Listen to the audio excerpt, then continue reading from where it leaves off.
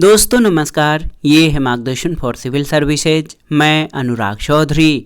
दोस्तों उत्तर प्रदेश लोक सेवा आयोग यानी यूपीपीएससी द्वारा आयोजित किए जाने वाले आरओ परीक्षा यानी समीक्षाधिकारी सहायक समीक्षाधिकारी के लिए हम प्रस्तुत कर रहे हैं सामान्य हिंदी के महत्वपूर्ण प्रश्नों का प्रैक्टिस सेट, जिनका लेवल आयोग द्वारा पूछे जाने वाले प्रश्नों के ही स्तर का है और इसमें से कई सारे प्रश्न आपको परीक्षा में अवश्य ही मिलेंगे। प्रश्नों को सॉल्व करते समय हम उनकी व्याख्या भी करते चलेंगे और प्रश्नों की व्याख्या के क्रम में हम उन सभी महत्वपूर्ण तथ्यों पर विशेष फोकस करेंगे जो आपके लिए या परीक्षा की दृष्टि से बहुत ही उपयोगी होगा। तो आइए शुरू करते हैं। उत्तर प्रदेश लोक सेवा आयोग द्वारा आयोजित किए जाने वाले आरओ यानी समीक्षाधिकारी सहायक समीक्षाधिकारी परीक्षा के लिए सामान्य हिंदी के महत्वपूर्ण प्रश्नों का प्रैक्टिस सेट। सबसे पहले विलोम पर आते हैं। देखिए इसमें पूछा गया है कि अध का विलोम क्या है, आपको बताना है। ऑप्शन है पूर्ण, समाप्त, रत या खत्म। तो सही उत्तर है अध का विलोम पूर्ण होता है। ऑप्शन ए आपका सही उत्तर है। दोस्तों आप जान लीजिए कि अध का विलोम पूर्ण होता है, समाप्त तथा खत्म एक दूसरे के पर्याप्त हैं और समाप्त का पर्याय प्रारंभ होता है। तो याद रखिएगा अध का विलोम पूर्ण होता है। अगला प्रश्न है अपसरण का विलोम क्या है। तो यहाँ पर विकल्प आप देखते रहिए। अपसरण का विलोम आपसे पूछा गया है तो महत्वपूर्ण प्रश्न है। इसमें आप देख सकते हैं अपसरण का विलोम जो है ये अभिसरण होता है। ऑप्शन ए आपका सही उत्तर हो जाएगा। बहुत ही महत्वपूर्ण प्रश्न है दोस्तों। अपसरण का विलोम अभिसरण होता है। अगले प्रश्न पर आते हैं। अगला प्रश्न है कि इनमें से कौन सा विलोम शब्दों का गलत युग्म है। देखिए यहाँ पर आविर्भाव, विभाव, अपराधी, निरपराध, उन्मूलन, रोपण, विहित, निषिद्ध। तो गलत युग्म पूछा गया है, कौन सा जो है शब्दों का गलत युग्म है। तो सही उत्तर ऑप्शन ए हो जाएगा। आविर्भाव और विभाव ये जो है शब्द और विलोम शब्द का गलत युग्म है, क्योंकि आविर्भाव का विलोम तिरोभाव होता है। शेष विकल्प आपके सही सुमेलित हैं। अगले प्रश्न पर आते हैं। अगला प्रश्न है इति का विलोम क्या होता है। तो आप जानते हैं इति का विलोम अथ होता है। ऑप्शन सी सही उत्तर हो जाएगा। इति का विलोम अथ है। अगला प्रश्न है उल्लास का विलोम शब्द क्या है, आपको बताना है। बहुत ही महत्वपूर्ण प्रश्न है। उल्लास का विलोम क्या है। ऑप्शन है आपके हर्ष, विषाद, दुखी या फिर लास्य। तो सही उत्तर उल्लास का विलोम जो है विषाद होता है। हर्ष का भी विषाद होता है। तो आप जान लीजिए दोस्तों उल्लास शब्द का विलोम विषाद होता है, दुखी का विलोम सुखी, हर्ष का विलोम भी विषाद होता है। अगला प्रश्न आसान सा है। कृतज्ञ का विलोम क्या होता है। तो आप जानते हैं कृतज्ञ का विलोम कृतघ्न होता है। यहाँ पर ऑप्शन सी आपका सही उत्तर है। अगला है किस विकल्प में सही विलोम युग्म नहीं है। देखिए अमावस्या पूर्णिमा ये आपका सही है। आचार अनाचार सही है। गुप्त मुक्त ये सही नहीं है और कुटिल का सरल सही है। तो देखिए पूछा गया है कि किसमें सही विलोम युग्म नहीं है। तो ऑप्शन सी में जो है ये सही विलोम युग्म नहीं है। दोस्तों आप जान लीजिए कि गुप्त का विलोम प्रकट होता है, अमावस्या का पूर्णिमा, आचार का अनाचार, कुटिल का विलोम सरल होता है और कठिन का विलोम भी सरल ही होता है। अगला प्रश्न है जारज का विलोम क्या होता है, आपको बताना है। बहुत ही महत्वपूर्ण प्रश्न है। जारज का विलोम शब्द क्या है। सजारज, औरस, प्रदत्त या दत्तक। तो सही उत्तर क्या हो जाएगा। दोस्तों आप जान लीजिए कि जारज का विलोम औरस होता है। ऑप्शन बी आपका सही उत्तर है। देखिए जारज का विलोम औरस होता है। दत्तक जो है जारज का पर्यायवाची हो जाएगा एक प्रकार से। अगला प्रश्न है किस विकल्प में सही विलोम युग्म है। देखिए नेकी, भलाई ये आपका जो है सही नहीं है। तरुण, किशोर सही नहीं है। विभक्त, पृथक ये भी जो है सही नहीं है और दीर्घकाय का कृशकाय ये सही उत्तर हो जाएगा। तो आप जान लीजिए दोस्तों दीर्घकाय का विलोम कृशकाय होता है। विकल्प डी जो है आपका विलोम शब्दों का सही युग्म है। और नेकी का विलोम बदी होता है। तरुण का विलोम वृद्ध होता है। विभक्त का विलोम जो है संयुक्त या अविभक्त होता है। अगला प्रश्न है विनत का विलोम क्या है, आपको बताना है। तो विनत का विलोम उद्धत होता है। ऑप्शन डी सही उत्तर है। और कई बार प्रश्नों को सॉल्व करते समय हमने इस प्रश्न का विलोम देखा है। अगला प्रश्न है दोस्तों, कौन सा शब्द अनीक का पर्यायवाची है। ऑप्शन है अर्जुन, सेना, अग्नि या घोड़ा। तो सही उत्तर है सेना। याद रखिएगा दोस्तों, सेना के पर्यायवाची शब्दों में अनीक, कटक, अनीकिनी, चमू, दल, सैन्य और वाहिनी है। सब्यसाची जो है अर्जुन का पर्यायवाची होता है। तुरंग घोड़ा का और हुताशन ये अग्नि के पर्यायवाची हैं।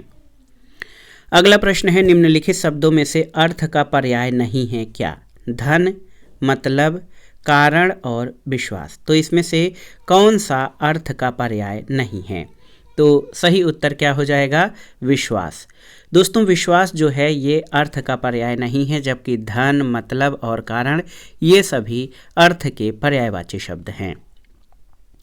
अगला प्रश्न है खेचर का पर्याय क्या होगा, आपको बताना है। तो आकाश, पक्षी, ग्रह या इनमें से सभी। तो सही उत्तर पक्षी। ऑप्शन बी आपका सही उत्तर हो जाएगा। आप देख लीजिए खेचर का जो पर्याय होता है वो होता है दोस्तों, खेचर का पर्याय शब्द पक्षी होता है। देखिए खेचर के अन्य पर्यायवाची शब्दों में आकाशचारी यानी आकाश में चलने वाला, तारागढ़, वायु देवता, विमान, पक्षी, बादल ये सभी खेचर के पर्याय हैं। अगले प्रश्न पर आते हैं दोस्तों। अगला प्रश्न है कि गंगा का पर्याय क्या नहीं है, आपको बताना है। ऑप्शन है भागीरथी, सुरसर, अवतरणी या मंदाकिनी। तो सही उत्तर अवतरणी ये गंगा का पर्यायवाची नहीं है। दोस्तों आप जान लीजिए अवतरणी गंगा का पर्यायवाची नहीं है। गंगा के पर्यायवाची शब्दों में भागीरथी, सुरसर, मंदाकिनी, जाह्नवी, देवनदी, देवपगा, विष्णुपदी और त्रिपथगा इत्यादि हैं। अगला प्रश्न है कौन सा शब्द रात्रि का पर्यायवाची नहीं है। कौन सा शब्द जो है ये रात्रि के पर्यायवाची शब्दों में शामिल नहीं है। छपा, शशक, सरवरी या यामिनी। तो सही उत्तर शशक। याद रखिएगा शशक शब्द ये रात्रि का पर्यायवाची नहीं है। शशक आप जानते हैं खरगोश का पर्यायवाची शब्द है।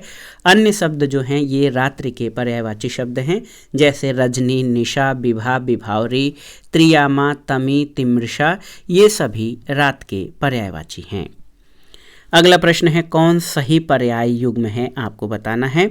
तो यहाँ पर सही उत्तर आप देख सकते हैं विचक्षण, प्राज्ञ, धीर और बुद्ध ये सभी आपके जो हैं सही पर्याय युग्म हो जाएगा। ऑप्शन ए सही उत्तर है। विचक्षण, प्राज्ञ, धीर और बुद्ध ये पर्याय की दृष्टि से सही युग्म है, क्योंकि ये सभी पंडित के पर्यायवाची शब्द हैं। और अन्य विकल्पों में आप देख सकते हैं इसमें सभी जो है पर्यायवाची शब्द नहीं हैं। अगला प्रश्न है राजीव शब्द का पर्याय क्या है। तामरस, पारद, रसाल या कुमुद। तो सही उत्तर तामरस। राजीव का अर्थ कमल होता है और इसका जो है पर्याय तामरस हो जाएगा। दोस्तों रसाल आम का, कुमुद चांदी का पर्याय है। अगला प्रश्न है किस शब्द के पर्यायवाची गलत हैं। कमल का जलज, पंकज, सरोज। तो यहाँ पर सही हैं सभी। पुष्प का कुसुम, पुष्प और सुमन ये भी सही है। सरस्वती का गिरा, भारड़ी और भारती और वाणी सही है। सूर्य का दिवस, याम और वासर। तो ये गलत है, क्योंकि ये दिवस के पर्यायवाची या दिन के पर्यायवाची नहीं है, बल्कि ये जो है आप देख सकते हैं यहाँ पर दिवस दिन का पर्यायवाची है। दिवस, याम और वासर ये दिन के पर्यायवाची हैं, न कि सूर्य के। अगला प्रश्न है कि निम्नलिखित में से कौन सा शब्द युग्म जो है पर्यायवाची की दृष्टि से सही नहीं है। तो देखिए महत्वपूर्ण प्रश्न है आप सभी के लिए। पारावर, नीरद, हिरण्य, सुवर्ण, मुकुंद, लोकेश उर्वी, इला। तो कौन सा इसमें से पर्यायवाची की दृष्टि से सही नहीं है आपको बताना है। तो सही उत्तर आपका सी हो जाएगा, मुकुंद लोकेश। ये आपका सही युग्म नहीं है। मुकुंद जो है लोकेश का पर्याय युग्म नहीं है। मुकुंद विष्णु का, लोकेश ब्रह्मा का पर्यायवाची शब्द है। शेष जो हैं पर्यायवाची ये आपके सही हैं। जैसे पारावार समुद्र और नीरद के अर्थ समुद्र होता है। हिरण्य और सुवर्ण दोनों के अर्थ सोना होते हैं। अगला प्रश्न है, दिए गए विकल्पों में से पर्याय शब्द युग्म है। देखिए, स्त्री पुरुष, वन उपवन, नीर क्षीर, निर्मल पावन। तो सही उत्तर है निर्मल पावन जो है ये पर्याय शब्द युग्म है। अन्य जो है सही नहीं है, बल्कि स्त्री पुरुष, वन उपवन और नीर क्षीर एक दूसरे के विपरीतार्थक हैं। अगला प्रश्न वाक्यांश के लिए एक शब्द से है। देखिए, महल के भीतरी भाग को किस नाम से जानते हैं?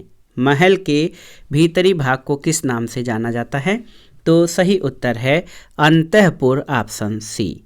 महल का भीतरी भाग उसे अंतःपुर के नाम से जाना जाता है।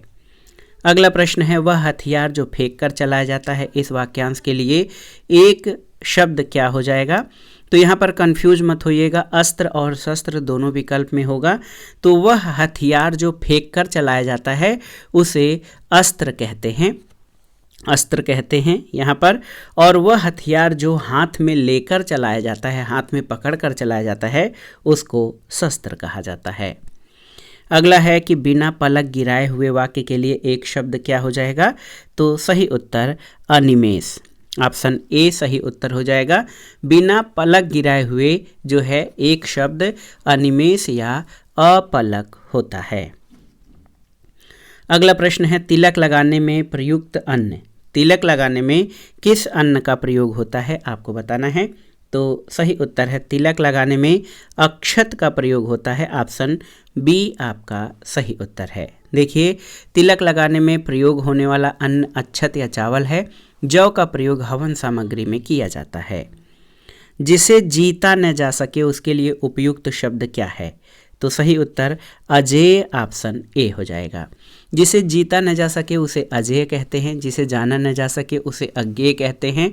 जिसको कठिनता से जीता जा सके उसको दुर्जेय, और जिसे पराजित न किया जा सके उसके लिए एक शब्द अपराजेय होता है। अगला प्रश्न है दोस्तों, अनुश्रुति। अनुश्रुति शब्द के लिए आपको बताना है एक शब्द के लिए वाक्य क्या हो जाएगा अनुश्रुति। तो सही उत्तर अनुश्रुति के लिए परंपरा से सुना हुआ, ऑप्शन बी। दोस्तों, अनुश्रुत शब्द के लिए एक वाक्य परंपरा से सुना हुआ होता है। अगला प्रश्न है, जिसका जन्म कन्या के गर्भ से हुआ हो उसके लिए एक शब्द क्या है? तो सही उत्तर आपका हो जाएगा जिसका जन्म कन्या के गर्भ से हुआ हो उसे कानीन कहते हैं, ऑप्शन बी आपका सही उत्तर है। जिसका दमन करना कठिन हो, इस वाक्य के लिए उपयुक्त शब्द क्या होगा? तो सही उत्तर है दुर्दमनीय, यानी जिसका दमन करना कठिन हो उसके लिए एक शब्द दुर्दमनीय होता है। अगला है, जिसके हृदय पर आघात हुआ हो, इस वाक्यांश के लिए उपयुक्त शब्द क्या है? तो सही उत्तर मर्माहत हो जाएगा, ऑप्शन बी। याद रखिएगा, मर्माहत जिसके हृदय पर या जिसके दिल पर आघात हुआ हो। अगला प्रश्न है, अनेक युगों से चले आने वाले के वाक्यांश के लिए एक उपयुक्त शब्द क्या होगा? अनेक युगों से चले आने वाले वाक्यांश के लिए एक उपयुक्त शब्द क्या होगा? तो सही उत्तर सनातन। देखिए, ऑप्शन डी सनातन हो जाएगा अनेक युगों से चले आने वाले वाक्यांश के लिए उपयुक्त शब्द। अगला प्रश्न है, अमी का तत्सम रूप क्या हो जाएगा? तो अमी का तत्सम रूप दोस्तों आप जान लीजिए अमृत होगा, ऑप्शन बी सही उत्तर है। निम्नलिखित शब्दों में से तत्सम शब्द को पहचानिए। कारण, लोहा, बंदर या दूध। तो यहाँ पर आप देखिए, कारण जो है ये तत्सम शब्द है। लोहा, बंदर और दूध ये तद्भव शब्द हैं। लोहा का लौह, बंदर का वानर, दूध का तत्सम दुग्ध होता है। अगला प्रश्न है, निम्नलिखित में से कौन सा शब्द तत्सम नहीं है आपको बताना है। यहाँ पर बहुत ही महत्वपूर्ण प्रश्न है, कौन सा शब्द तत्सम नहीं है? नेह, नग्न, क्षमा और नख। तो यहाँ पर देखिए नेह जो है ये तद्भव शब्द है, इसका तत्सम स्नेह होता है। नग्न, क्षमा और नख जो है ये तत्सम शब्द हैं। अगला प्रश्न है महुआ शब्द का तत्सम क्या है? तो सही उत्तर महुआ का तत्सम मधुक होता है। ऑप्शन बी आपका सही उत्तर है। देखिए मधुक महुआ का तत्सम है। मधुप तथा मधुकर भौरा को कहते हैं। भौरा का तत्सम रूप भ्रमर होता है। अगला प्रश्न है निम्नलिखित में से कौन सा शब्द तद्भव शब्द है? खीर, शत, शलाका या त्वरित? तो यहाँ पर सही उत्तर ऑप्शन ए खीर। खीर जो है तद्भव या आम बोलचाल की भाषा में बोला जाता है। इसका तत्सम क्षीर होता है। यहाँ पर देखिए क्षीर जो है ये खीर का तत्सम शब्द है। अगला प्रश्न है इनमें से तत्सम और तद्भव का एक युग्म गलत है, आपको बताना है वो युग्म कौन सा है। देखिए खरपर का खपरा सही है। शत्तु का सत्तु सही है। चुल्ली का चूल्हा ये भी सही है। प्रिय का प्रिया ये आपका तत्सम तद्भव का सही जोड़ा नहीं है। दोस्तों आप जान लीजिए प्रिय प्रिया तत्सम तद्भव नहीं, प्रिय का तद्भव रूप पिया होता है। खरपर का तद्भव खापर या खपरा, सत्तु का तद्भव सत्तु और चुल्ली का तद्भव चूल्हा होता है। अगला प्रश्न है तद्भव तत्सम युग्म की दृष्टि से कौन सा विकल्प सही नहीं है, आपको बताना है। यहाँ पर आप देखिए बहुत ही महत्वपूर्ण प्रश्न है। गोमल, गोमय ये गलत शब्द युग्म है।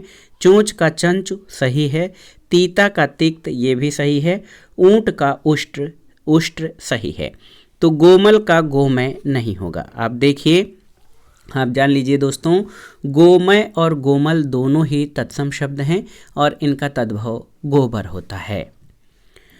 अगले प्रश्न पर आते हैं तद्भव तत्सम का कौन सा शब्द युग्म सही नहीं है। गाय, गो तो बिल्कुल जो है सही है। कौन सा सही तद्भव तत्सम है? तो गाय तद्भव है, इसका तत्सम गो हो जाएगा।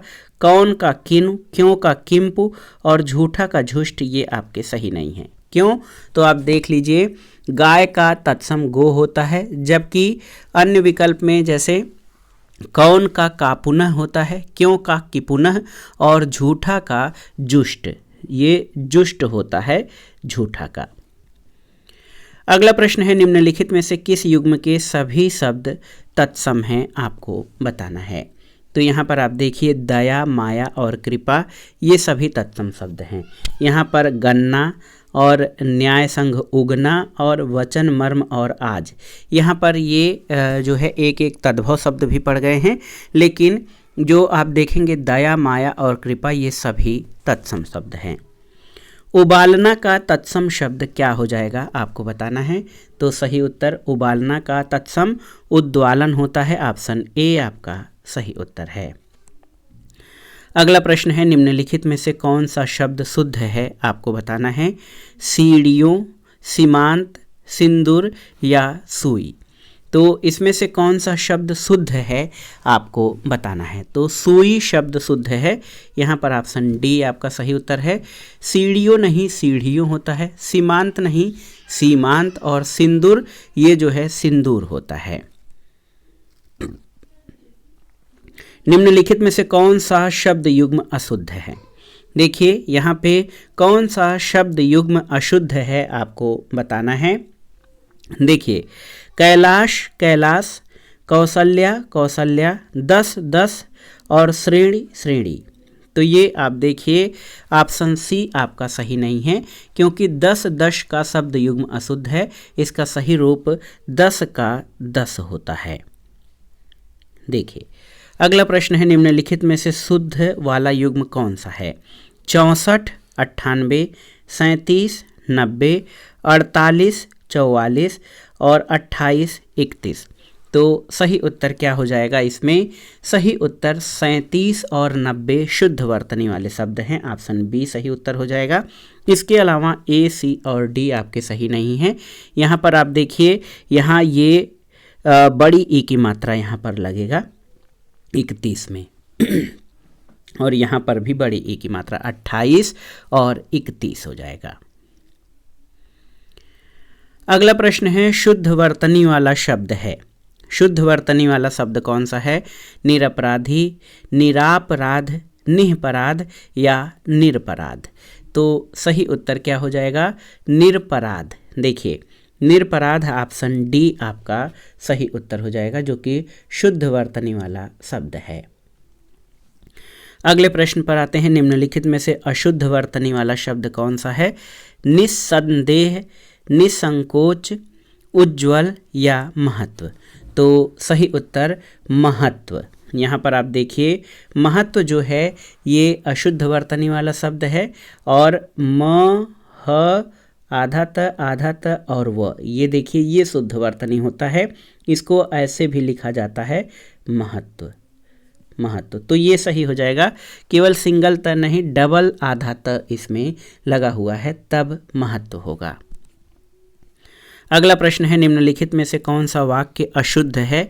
आपको बताना है। यहाँ पर 4 वाक्य दिए गए हैं, कौन सा वाक्य अशुद्ध है? मैं इसलिए विद्यालय गया था, सही है। उनकी आपस में खूब बैठती है, सही है। वह समय को नष्ट नहीं करता, ये गलत है। और यह मकान ईंट और चूने से बना है। तो यहाँ पर सी क्यों गलत होगा, अशुद्ध क्यों होगा? तो आप जान लीजिए, वह समय को नष्ट नहीं करता, ये कार की दृष्टि से अशुद्ध है। इस वाक्य का शुद्ध रूप है वह समय नष्ट नहीं करता है, यहाँ पर को नहीं रहेगा। अगला प्रश्न है। कौन सा वाक्य शुद्ध है?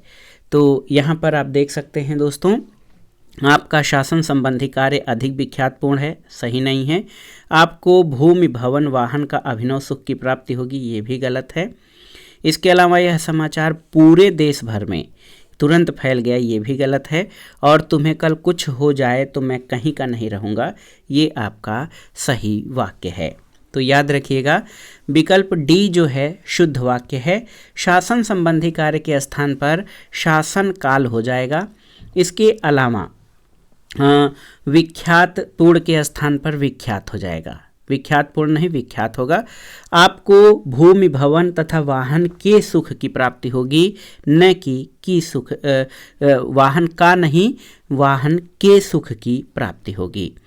और यह समाचार पूरे देश भर में, तो आप जान लीजिए या तो पूरे का प्रयोग यहाँ से हटा दीजिए, यह समाचार देश भर में तुरंत फैल गया। अगला प्रश्न है। कौन सा वाक्य सही है? यहाँ पर 4 वाक्य आपके दिए गए हैं, इसमें से बताना है कि कौन सा वाक्य सही है। बैल और बकरी घास चरती है, गलत है। बैल और बकरी घास चरते हैं, सही है। बैल और बकरी घास चरता है, गलत है। बैल और बकरी घास चरती है, गलत है। तो सही हो जाएगा ऑप्शन बी। आप जान लीजिए कि विकल्प बी में जो प्रस्तुत वाक्य है ये शुद्ध है, क्योंकि इस वाक्य में 2 कर्ता का प्रयोग हुआ है, इसलिए क्रिया भी बहुवचन होगी, और अन्य विकल्प आपके गलत हैं। अगला प्रश्न है। शुद्ध वाक्य का चयन कीजिए, प्रश्न संख्या 49 में। तो यहाँ पर नौकर आटा पिसवाने गया है, ये गलत है। एक गुलाब के फूल की माला ले आओ, ये भी गलत है।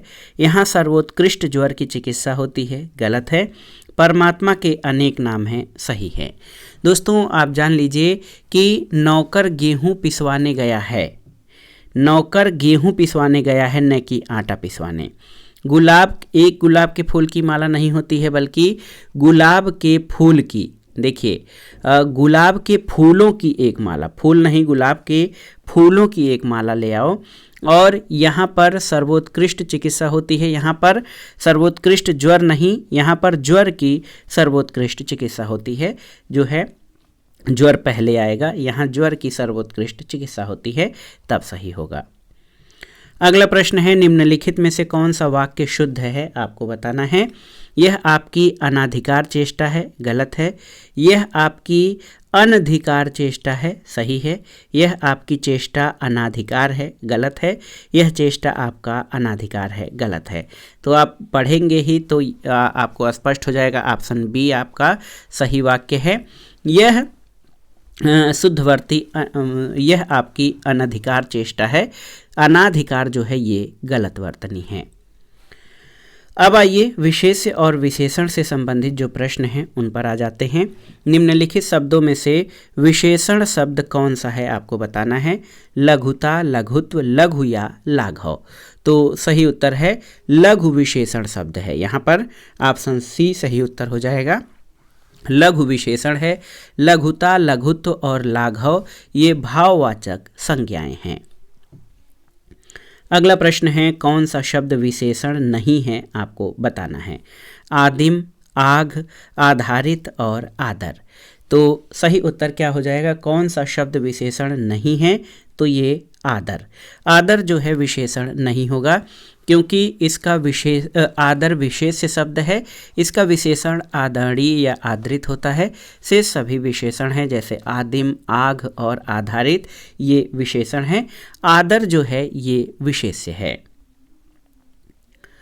अगला प्रश्न है, देखिए, नगर में नियमित धार्मिक और गूढ़ी लोगों के द्वारा धर्म पर तार्किक बातें की जाती हैं। इस वाक्य में प्रयुक्त विशेषण शब्द हैं कितने, 4, 3, 6 या 2। तो सही उत्तर आपका हो जाएगा, इस वाक्य में 4 जो हैं विशेषण शब्द हैं। कौन कौन, देखिए, नियमित, धार्मिक, गूढ़ी और तार्किक। नियमित, धार्मिक, गूढ़ी और तार्किक, ये 4 जो हैं विशेषण शब्द हैं।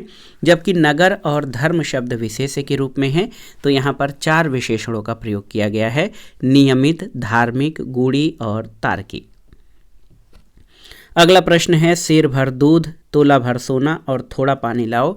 इस वाक्य में किस प्रकार के विशेषण का प्रयोग हुआ है? ऑप्शन है क्रमवाचक, आवृत्तिवाचक, परिमाण बोधक या गुणवाचक।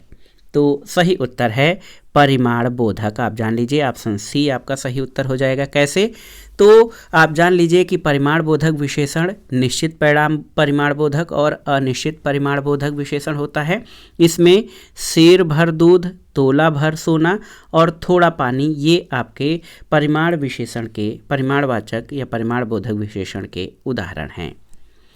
अगला प्रश्न है, निम्नलिखित में से विशेषण शब्द का चयन करिए। चलता फिरता, दुनिया, तिरस्कार और गर्मी। तो इसमें से चलता फिरता जो है ये विशेषण शब्द है। चलता फिरता विशेषण है, अन्य विशेष्य शब्द हैं। अगला प्रश्न है, निम्नलिखित वाक्यों में से एक में विशेषण का प्रयोग नहीं हुआ है। देखिए वो वाक्य कौन सा है?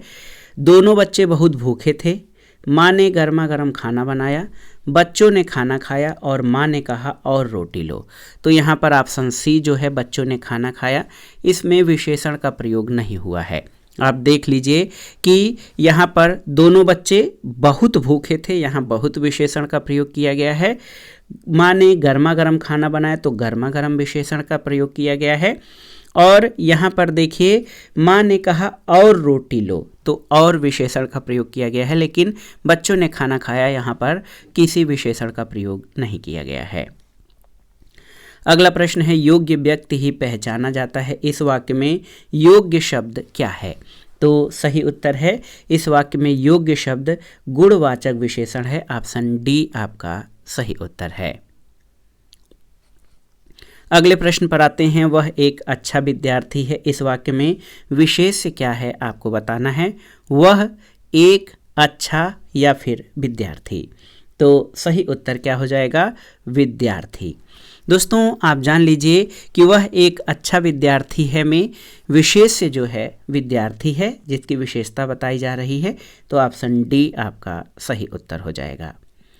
अगले प्रश्न पर आते हैं, निम्नलिखित में से कौन सा विशेषण नहीं है आपको बताना है। पथरीला, नमकीन, बर्फीला और नमक। तो सही उत्तर कौन सा विशेषण नहीं है? नमक। देखिए नमक जो है ये विशेषण नहीं है, जबकि पथरीला, नमकीन, बर्फीला ये सभी विशेषण है। अगला प्रश्न और आरओ परीक्षा के सामान्य हिंदी के महत्वपूर्ण प्रश्नों के प्रैक्टिस सेट का ये आखिरी प्रश्न है। कौन सा शब्द गुणवाचक विशेषण है आपको बताना है। गीला, सब लोग, हजार या तोला भर। तो गुणवाचक विशेषण क्या होता है? तो यहाँ पर सही उत्तर गीला हो जाएगा, ऑप्शन ए। और आप जान लीजिए कि गीला जो है गुणवाचक विशेषण है, सब लोग अनिश्चित संख्यावाचक है, हजार निश्चित संख्यावाचक है और तोला भर ये जो है परिमाण बोधक विशेषण है। तो दोस्तों ये था आज का वीडियो। RO-ARO परीक्षा यानी समीक्षाधिकारी सहायक समीक्षाधिकारी परीक्षा के लिए सामान्य हिंदी के महत्वपूर्ण प्रश्नों का प्रैक्टिस सेट।